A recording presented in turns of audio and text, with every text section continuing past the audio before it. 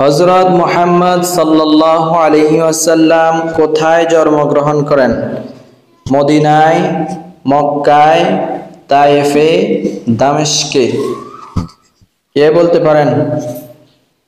দেখি ফাহিম বলেন। তাইফে। তাইফে। তাইফে। তোমার উত্তরটি সঠিক হয়নি। দেখি আর কে বলতে পারেন? মহানবী সাল্লাল্লাহু আলাইহি সাল্লাম কোথায় জন্মগ্রহণ করেন? মদিনায়, মক্কায়, তায়েফে, দামেস্কে।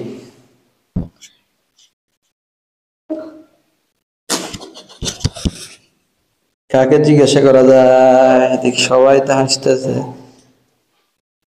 ফরহাদ বলো তো, মহানবী সাল্লাল্লাহু আলাইহি সাল্লাম কোথায় জন্মগ্রহণ করেন? মক্কায়।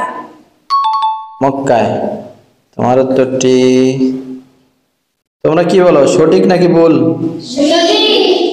তোমার উত্তরটি সঠিক হয়েছে। রাসূল সাল্লাল্লাহু আলাইহি সাল্লাম মক্কায় জন্মগ্রহণ করেন।